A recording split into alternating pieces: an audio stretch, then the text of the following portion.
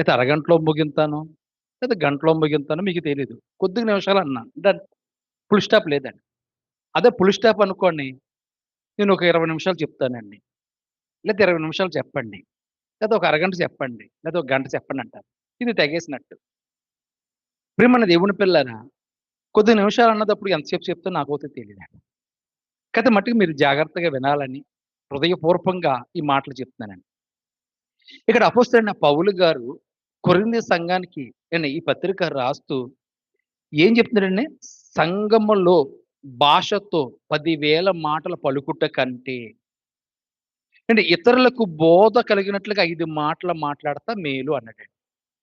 ఏవండి? దీనికో సామెతలు ఉందండి. పరిగెత్తికెళ్ళి పాలు తాగుట కన్నా నిలబడి నీళ్లు తాగటం మేలు అన్నాడు. ఏ నీళ్ళు అంటారేంటి? వేడి నీళ్ళా? చన్నీళ్ళా? మొత్తానికి నీళ్ళు అంతే. అర్థమవుతుందండి? భాషతో మాట్లాడటం అంటే ఈరోజు ఎన్నో భాషలు మాట్లాడుతున్నారు ప్రతి సంఘాల్లో. అదేమన్నా మనకేమన్నా అర్థమవుతుందా? పోనీ అయన్నీ ఎందుకండి, ఎగ్జాంపుల్ ఒక మాట చెప్తాను మీకు అర్థమయినట్లే. నేను ఇంగ్లీష్‌లో మాట్లాడుతున్నాననుకోండి.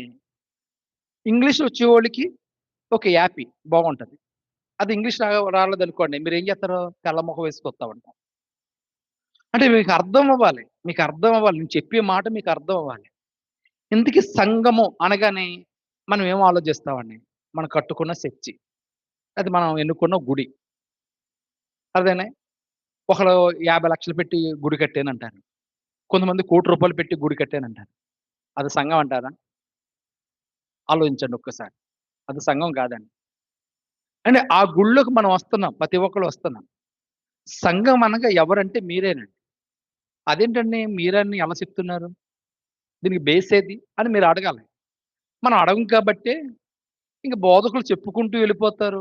మీరు వినుకుంటూ వెళ్ళిపోతారు. ఎక్కడేసిన గొంగళి అక్కడ ఉండిపోతుందండి. అందుకు అపోస్తల కార్యాల్లో ఓ మాట ఉంటదండి. 20 అధ్యాయాలు అనుకుంటా అండి.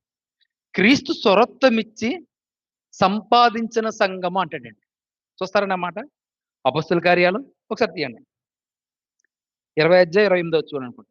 28 వచనం అండి. ఆ! చదవండి ఒకసారి.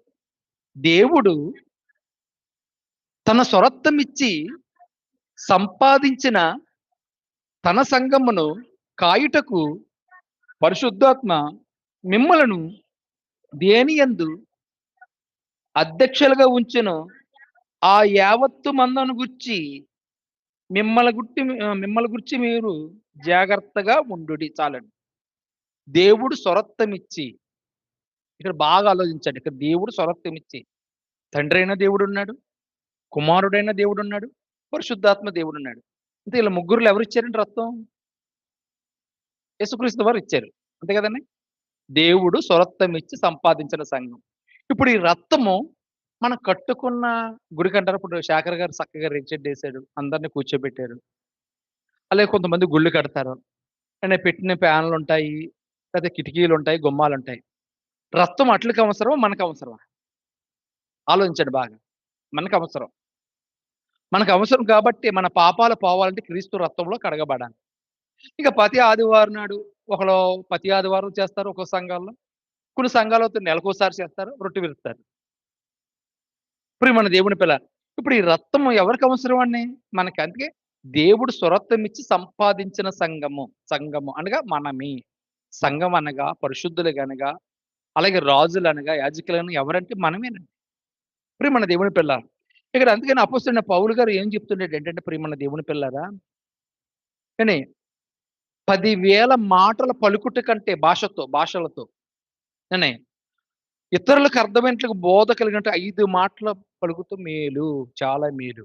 ఇప్పుడు యేసుక్రీస్తు వారు 2000 సంవత్సరాల కిందట ఈ లోకంలోకొచ్చి ఎన్నో అద్భుతమైన మాటలు ఆయన నోటంట వచ్చిన మాటల్లో ఒక మాట చూడొచ్చండి. యోహాను సువార్త 9 అధ్యాయం. యోహాను సువార్త 9 అధ్యాయం తీశారండి? 31 వచనం చదవండి. దేవుడు పాపుల మనవి ఆలకింపడు అని ఎరుగుదుము. ఎవడైనను దైవభక్తుడై ఉండి ఆయన చిత్తము చొప్పున జరిగించిన ఎడల ఆయన వారి మనవి ఆలకించును. ఇక్కడ బాగా ఆలోచించండి. ప్రతి సంఘాల్లోని ప్రార్థన చేస్తా ఉంటారు. అవునండి?